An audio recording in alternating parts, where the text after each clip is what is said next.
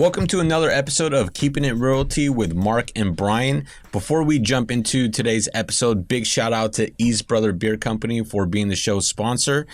Today we're having one of their red lager IPAs, very delicious beer. This actually goes really well with tacos. Really? Yeah, we've talked about beer and tacos before on the show, but this one really pairs well with tacos. When I have my next cheat day. So let's jump right into it. There's a lot to discuss, and in the news, Google plans to spend about $1 billion in the next 10 years in developing roughly about 20,000 new homes. Now, the actual headline is a little bit misleading because 750 million of that is really land already owned by Google. So they didn't pay $750 million for it. That's probably today's worth. They bought it years ago when they bought it for much less. There's a number of ways to read that comment. So for example, they said that they're going to be donating $1 billion over the next 10 years, right, in order to create more residential housing. Now, a big part of what you got to understand, first of all, it's an amazing gesture. That's awesome. But I think one of the things they brought out is that they're going to be using, you said, some of their own land. Now, their own land currently has office space on it already. It's an amazing work campus. And honestly, most of their work campuses don't even feel like work. However, to help alleviate the housing crisis, they're going to re-entitle or rezone some of their land to allow for a mixed use, which will then allow them to put apartments or houses or some type of residential, essentially workforce housing. And again, that's kind of seems like a bad word sometimes, but workforce housing is amazing these days. And if Google's going to do workforce housing, I'm sure it's just going to be amazing. Yeah. However, and there's already some people upset at this because if they provide housing just for their workforce, then that doesn't really, the argument is that really doesn't help everyone else in the Bay Area. However, if they have, let's say 15,000 people move into workforce housing, that means those 15,000 people are going to be vacating other units. So it will actually help the local housing market. It will. And a couple of things. And you took some of the words out of my mouth there, which is people are already protesting this. And again, welcome to America. Welcome to California. The not in my backyard or NIMBYs, which we talk about a lot on the show. Again, people are complaining. Google has made an amazing gesture that they're going to allocate funds because they're a highly profitable company for the whole purpose of being able to provide additional housing. And some of that's going to be on their own land. So they're going to a lot of those fees or those dollars that they're dedicating will be in the form of soft cost or impact fees. And again, these don't go to actual shovel ready into the ground to build a house or a residential unit. It's literally zoning and bureaucracy in order to have it properly zoned. And this takes a bit of a process. In fact, you'll see a lot of cities. Well, it started with Emeryville years and years ago. I had a client by the name of Barry Cromartie, and he was the city planner. And if anybody knows Emeryville is a little sliver of land between San Francisco and Berkeley, and it's on the way to the East Bay. In fact, it's right at the beginning of the East Bay, and that used to be a huge, gigantic scrapyard. You'd drive through I-80 and it was nothing but a big, giant scrapyard. And then that city took a very, very proactive approach of rezoning its land that was probably industrial or agricultural and made it multi-unit residential to allow for both retail and residential. And if you come to Emeryville now, it's amazing. It's got a really great cityscape, lots of residential housing, even though there's still a shortage, and amazing retail, restaurants, and walkability. So that's essentially what I think Google is going to have to go through in order to kind of increase their workforce housing, make it easier for commuting, alleviate the very heavily impacted freeways, but already people are complaining. Yeah. Again, this goes back to exactly what we've been talking about just the last several episodes of housing issues, is that we need supply. We need to build the supply. We need to make it easier for tech companies. In fact, just a couple months ago, there was an article we also talked about here on the show that people were upset that Facebook, Google, Apple, that these big tech companies were not spending money and investing in building more housing and helping out the local housing crisis. Now that Google announced a $1 billion plan, even though it'll help a little bit, it's not going to solve the problem, but it's still at least something, right? I'd rather have $5 than $0. Right. And this is what Google is proposing. They're already getting backlash at it. So at the end of the day, what do we as a society want? What do we want? Do we want to solve this housing crisis? If the answer is yes, we have to build more supply. And unless we do that, we're going to be stuck in the same problem, going around in circles and never getting anywhere. And just to close that, to put things in perspective, this is money spent over a 10-year period. And what was the number of unit count they're shooting for? 20,000. 5,000 being affordable, 15,000 being non-affordable. Even when you take that count and those residential houses are finally built maybe 5 years, 7 years, 10 years later, and if they actually hit that target goal or count, by that time, more population will have moved in and filled in those units. So it's not going to be immediate. At the same time, you have people already opposing it. So the immediacy of that is going to be delayed, quite a bit, just for the simple fact that people will come forward, protest it, take dollars away that could be used towards actually, brick and mortar, and spin them into the bureaucracy of impact fees and permits. Okay, so our next topic is housing crisis being taught in schools. So this is, I don't know if this is something that has happened in the past where teachers teach a current crisis going on in schools as an actual part of the education curriculum. I don't know. And I'd be very curious to see how they're actually teaching this in classes. I guess, yeah, it's good to teach students about what's going on with the housing crisis. The only thing, though, is we see a lot of misinformation out there. How are the teachers actually teaching the students? What are the students really getting out of understanding about this housing crisis? Obviously, a lot of students are really affected by it because if someone has to move because they can't afford the rent, can't afford to buy a home, they have to move. Many times that child is pulled out of school middle of the year and things change and it disrupts their stable life. And we know there's plenty of studies out there that show that a child really needs a stable home, stable life in order to, have higher chances of excelling later in life. So this does affect many different students. But when it comes to teaching, how are they teaching it? Well, that's my concern. That's a really great question. And then let's play teacher. We don't really know what they're teaching. If they teach it responsibly and they teach both sides, and then they maybe give some plausible solutions, something. A big part of the crisis is that it's so hard to build in California because of the permits, the fees, and then the fact that everybody gets to chime in, and that delays things.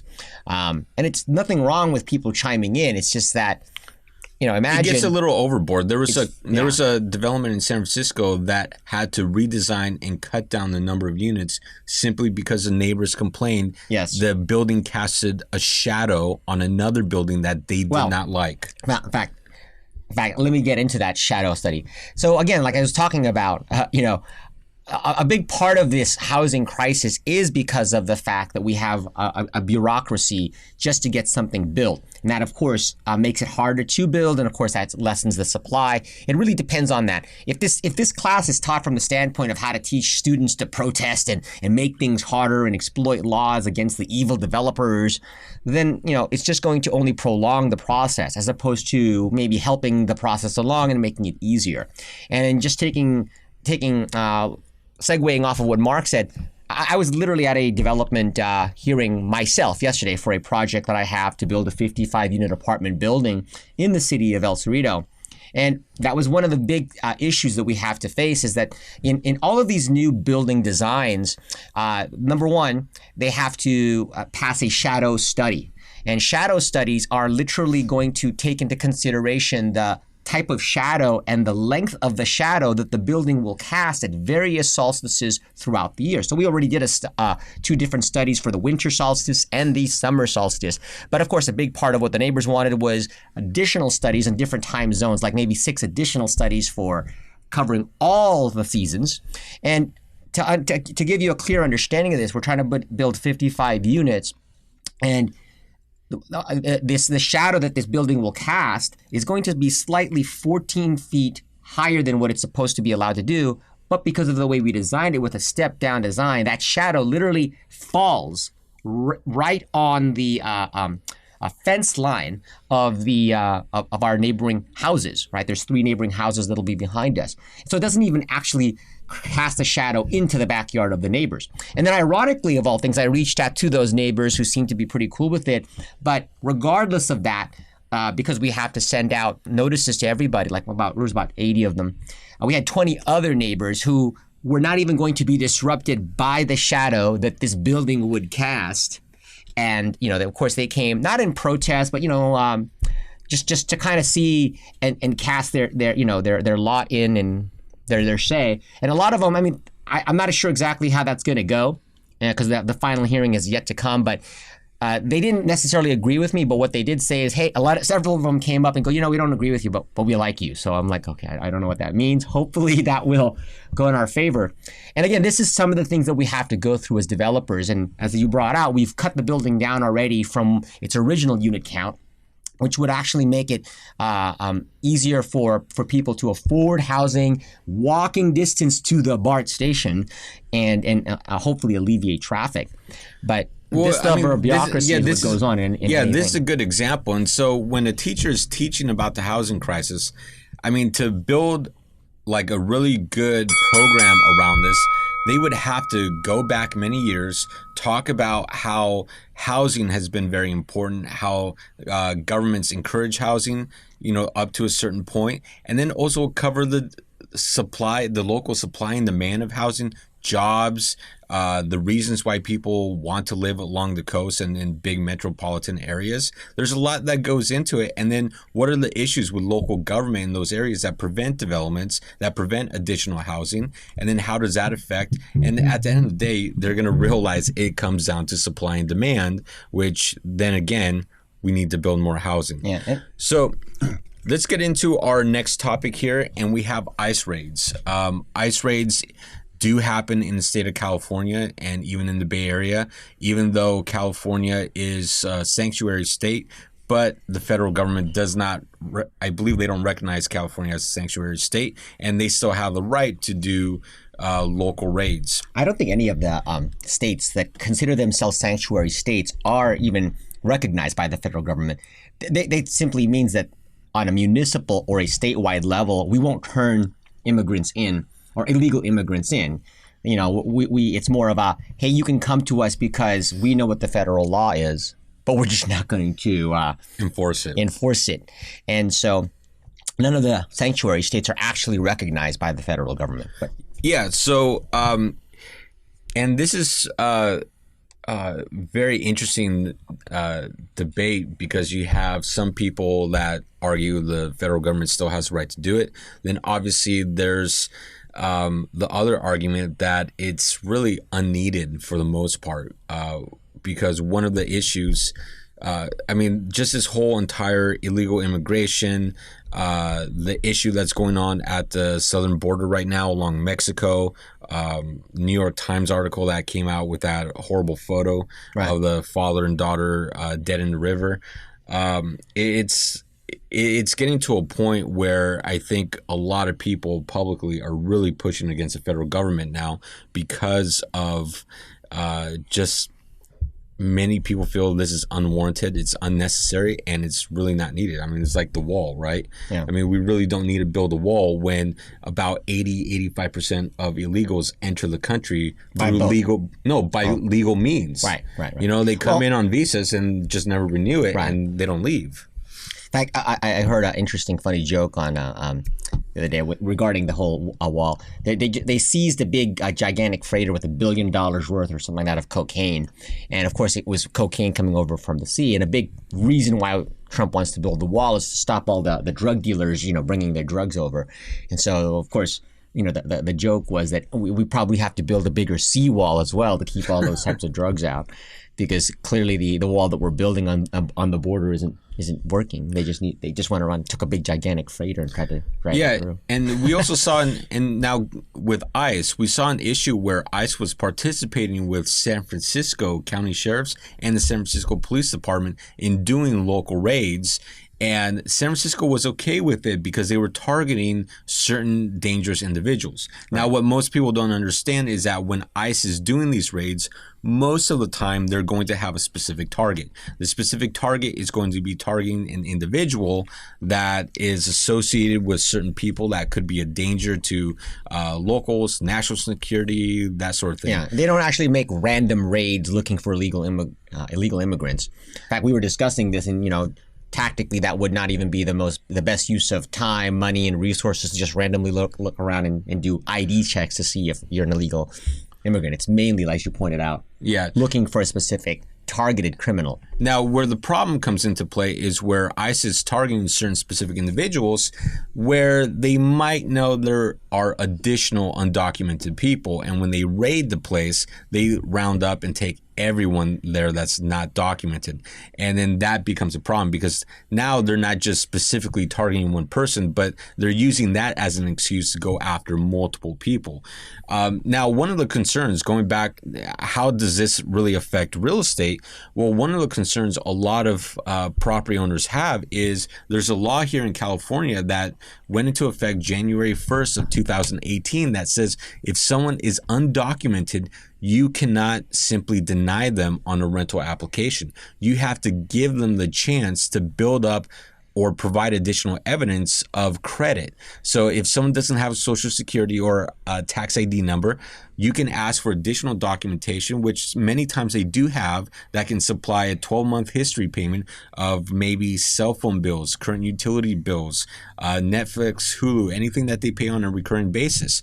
And so the law simply states you have to give them that opportunity and chance to put that together before you actually deny their rental application for not meeting your minimum credit score standard.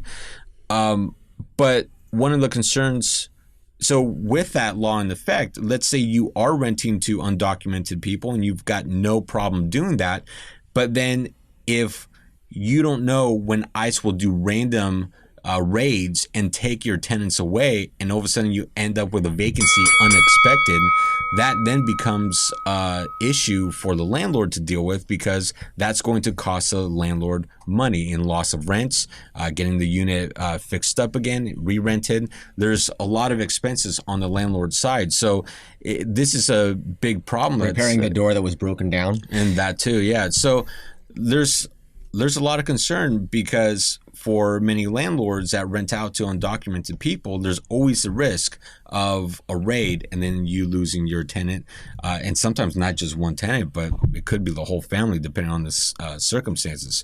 So it's one thing to, really get educated in the different laws. If you're a landlord and tenant, if you're a tenant that happens to be undocumented, make sure you go through all the different laws currently in place to make sure you're protected, and talk to a real estate attorney to see what could possibly happen if ICE were to raid one of your buildings. So with that, let's go to the next topic. Yeah. So California Association of Realtors released out their May report, and no surprise, once again, when you're tracking sales, closed sales year over year, California is down once again. And I believe this makes it like the 13th, maybe 14th month in a row where sales have continued to decrease when you're tracking year over year. Yet inventory continues to rise, but also you have the median home price continuing to go up. Well, I like those numbers simply because, again, we're into the 13th month. As I've said in previous episodes, real estate in California is cyclical. It's not seasonal. And so you'll typically go through these 5-year to 7-year up cycles, and then you'll hit a plateau. In past episodes, I was talking about how we hit that plateau sometime in May of 2018, and that this next recessionary period where you have these slowing of house sales usually will typically take an 18 to 24 month period. Again, our office, we've still been very busy with sales. property does sit on the market a little bit longer, but things still are moving. Part of it is because the values are continuing to grow up. And again, it's just, in my opinion, it's just the cycle of the real estate market doing its thing, where it's just a small correction, an 18 to 24 month period. We're 13 months in, as you brought out, and it could last 18 to 24 months. But somewhere along that line, you're going to start to see that change again, probably as a result of any number of different factors, from more jobs or interest rates being cut, all these different pressures. You never really know exactly what caused it until you've actually had the time to study the data in hindsight. It just seems very cyclically. It happens in these 5-year, 7-year cycles where you go up, you hit a plateau, and then you begin to come back down. And then every so often, like every 20 years, you have these big recessionary periods, like the one we came through in 2008 to 2012, the Great Recession. Not too dissimilar from the one that took place between 1990 and 1996, which was another big Great Recession due to the S&L scandal, and then also the loss of jobs due to the Cold War ending. Wait, do you say SNL like Saturday Night Live? No, like savings and loan scandal. No, just kidding. Yeah. Yeah, no, but the fact that you have sales continuing to drop and yet you have the actual median price continuing to rise, it's baffling a lot of people right now, and people are very confused. Well, if sales continue to drop, inventory continues to increase, and let's say you have the same amount of demand or even less demand, why in the world are prices continuing to go up? And I think right now we're in a very unique transitionary period. In prior episodes, they called it, or we've called it, the random market, where you don't really know exactly why it's doing what it's doing. Correct, because you're going to have a period where if you grade homes like A, B, and C, with A being top-notch homes in top condition that are perfect, ready to move in, complete remodels, B being average homes, C being below average homes that require work. Well, I think you're seeing B and C properties sit on the property a lot longer, and you're having to do price reductions on those type of properties. A quality properties are selling. They're the ones getting the multiple offers. And I think right now a lot of buyers are really focusing on those A properties because there's more inventory. They're becoming pickier. But when people become picky, they're going to want to aim for those top properties. So I think it's one of those, random market in a transitionary period where people are really just trying to focus on buying those top level homes. Obviously, the other ones do. The level B and C homes do sell, but you see price reductions. I mean, I had one that I would probably classify as a level B, where we had to reduce it by $20,000 and then it sold, right? But that was a perfect example. And then you have other properties that are completely remodeled that are getting multiple offers and still selling for asking, or maybe even a little bit above asking. So it's a funny transition period. And I think that's what's going on. However, this would be a sign of the future real estate market where eventually the prices will even out or balance out with the B and C properties, to where those people focusing on A will want to start buying B and C properties. And then that's where the A group starts to get affected. And then you'll see that correction turn around and you'll see prices readjust. So I think going into this next recession that many people are predicting, especially now with the trade wars going on, many people are saying now we went from 30% chance to about 60-70% chance of recession. We're probably going to see a housing correction in the next 2-3 years. Probably my guess would be a 15-20% correction, not anything dramatic like 50, 60, 70% in the last round. Yeah. So let's get into our next. Typically, we do a property analysis. However, what we're going to do this time is a property analysis recap. Yes. So if you go back to a few episodes, in fact, this was the very first property that we analyzed on Keeping It Realty. On Keeping It Realty. It was episode 199. That's episode 199 if you ever want to go back and look at it. And in that episode, we analyzed an 8-unit building in the city of Vallejo. We didn't have a particular buyer at the time. We were just randomly going through different properties that I'll typically go through, just as I have. I'll analyze properties on the market and off the market as various time frames for my clients come up where they're in an ideal position to exchange into other properties, or new clients come in with a particular demand. And back in episode 199, we analyzed that very first property, which was an 8-unit building in Vallejo at 102 Avian Road. Wow. Seems like so long ago, but now the client, Tracy, closed on the property. Yeah. We're going to show you a quick video coming up here on the testimonial. You'll get an idea of what one of the vacant units looks like inside, along with the building from the outside. But really, I mean, we want to showcase here a little bit of what we do. And now that you helped her actually buy the property, now it's being transferred or now being managed by BG Asset Management. So now it's my job to kind of take over the property and make sure that those strategic goals that were set in place for the next 3, 4, 5 years are hit. And so our goal is basically to take over the property, make sure any habitability items are properly maintained, make sure we continue improving the quality of the building, which in turn makes tenants happy, which in turn allows us to charge more rent for the property. Tenants are willing to pay more rent when maintenance is being taken care of correctly, when communication happens back and forth between the landlord and the tenants, and tenants are just happier overall. So I always tell people, think of your rental property as a business. You know, if you open up your own business where you're selling clothes, you're selling a product and you want your customers to buy that product and be happy by wearing that product. Well, same thing in managing real estate properties. You are providing housing, that's the product, and your tenants are your customers.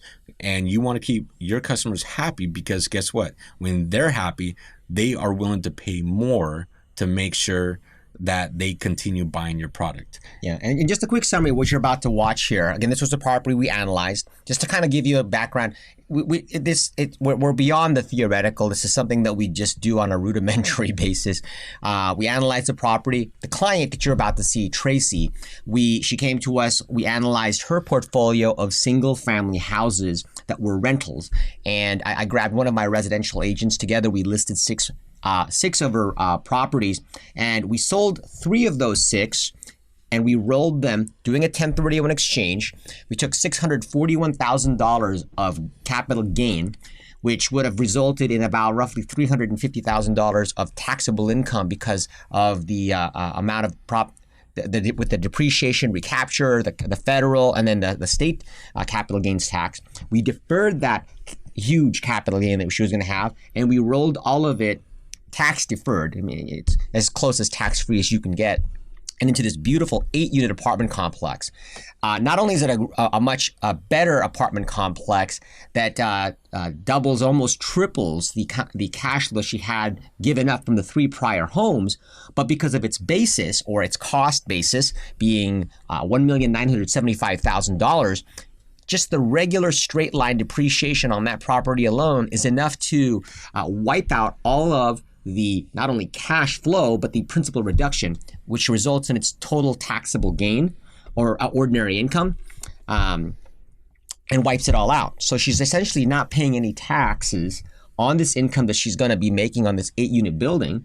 And then look out for future episodes when we take this property 2 or 3 years later, because we'll track the equity growth that occurs as a result of just managing the property properly along these pro forma numbers that we analyzed when we first looked at the property, and then roll her from an 8-plex into a 16-plex or something to that effect. But again, watch the video and hopefully you know, look at this like a case study. So we're here today at 102 Avian Road in Vallejo with our client Tracy, who just recently had to sell 3 of her single-family houses and exchange them into this beautiful 8-unit apartment complex. This 8-unit apartment building, valued at $2 million, is comprised of 8 2-bedroom, 1-bath, 1.5-bath units that have all been fully remodeled with remodeled kitchens and baths. Together, Lily and I as a team were able to go through and evaluate her real estate holdings and identify the fact that the single-family residences just had a very low return and little to no tax shelter. And instead, using 1031 exchange, we were able to put her into a property that has 8 units, not only doubling her current cash flow, but creating a viable tax shelter for the next 27 years against that ordinary income. Tracy, how do you feel? Great! Let's go to Disneyland. So now let's go take a look at what one of these 2-bedroom, 1-bath units looks like in this new 8-unit building that Tracy has been able to exchange into. Now, after this point, Mark and I are going to be working together to be able to manage the property to the expectations of the pro forma that we had put together when we initially looked at property and analyzed it for its viability as an investment.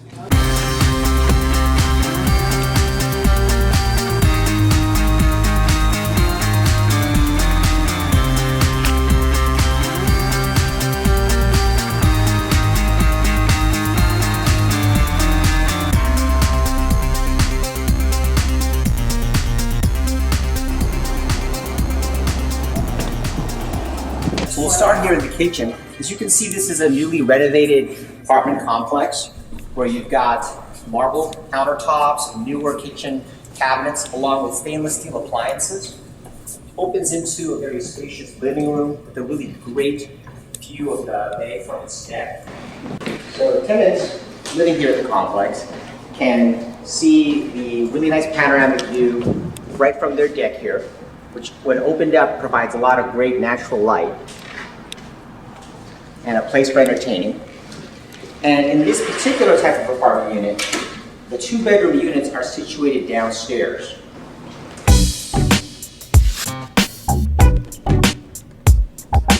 So this 2-bedroom unit, this apartment features 2 bedrooms as well as an in-unit laundry facility. It's situated right here in between the 2 bedrooms and the bathroom, which makes it ideal for tenants kind of getting in and out of their busy days and lives in the Bay Area. So Tracy, now that you've closed escrow on this beautiful 8-unit building and you've experienced the process of selling 3 single-family residences to trade into more than double your unit holdings, your net worth, as well as create a huge tax haven against the rental income, how do you feel? I'm ecstatic. I'm ecstatic. I am so ecstatic. I'm relieved. I'm glad it's over. I don't want to be a landlord anymore. I am so happy that Marc is going to be taking that position from me to simplify my life and my financial future for my children and my husband and I. Well, we hope to be able to live up to that responsibility. And as you pointed out, this is a great segue to have Marc chime in. This is usually where Marc begins to take over and look at all the different things that we've projected and help us manage it through. And basically, my job here now is to notify all the tenants of new management change, along with conducting a unit site inspection on every single unit, making sure that we're properly maintaining the property going forward. What's interesting is a few weeks ago, actually a few months ago, we analyzed this specific property, 102 Avian, as a viable investment and why it had a lot of various value adds, location, and pros and cons. And then here we are now, several months later, after having sold 3 of Tracy's properties and doing all of it tax-free or tax-deferred. She experienced a humongous capital gain, but didn't have to pay a dime in it, and was able to roll all of those proceeds into a better performing asset that will be good for her. Don't forget about positive cash flow. Oh, of course, the positive cash flow. Well, not only that, not only does she get the positive cash flow from a building like this, but because of its cost basis, the depreciation is going to wipe out the vast majority of that taxable gain. And not only taxable gain, but taxable ordinary income. Yes. Cha-ching. Cha-ching. Okay, so that was the video. As you can see, we've got a very happy client, and this is, again, this is going to be probably the first property we're going to cover in our case study in the upcoming newsletter. If anyone is interested in getting this, it will be available publicly and also available on our website, which I'm in the process of redesigning, which is a fun little project. So shoot us an email, send us a text message, give us a call, let us know that you're interested in receiving a copy of this quarterly newsletter, and we'll put you on the wait list for when it's ready in the coming weeks. And look out for other case study properties where we analyzed them in past episodes and they're in contract now or they're owned now and we're managing them. So thank you for watching another episode of Keeping It Realty. Thank you to East Brother Beer Company for being the show's sponsor. please go try their beer. Support the show's sponsor. They're located in Point Richmond on 1001 Canal Boulevard. And have a great time. And again, if you haven't subscribed yet to our show, make sure to do so on iTunes, Google Play, Facebook, Spotify, YouTube.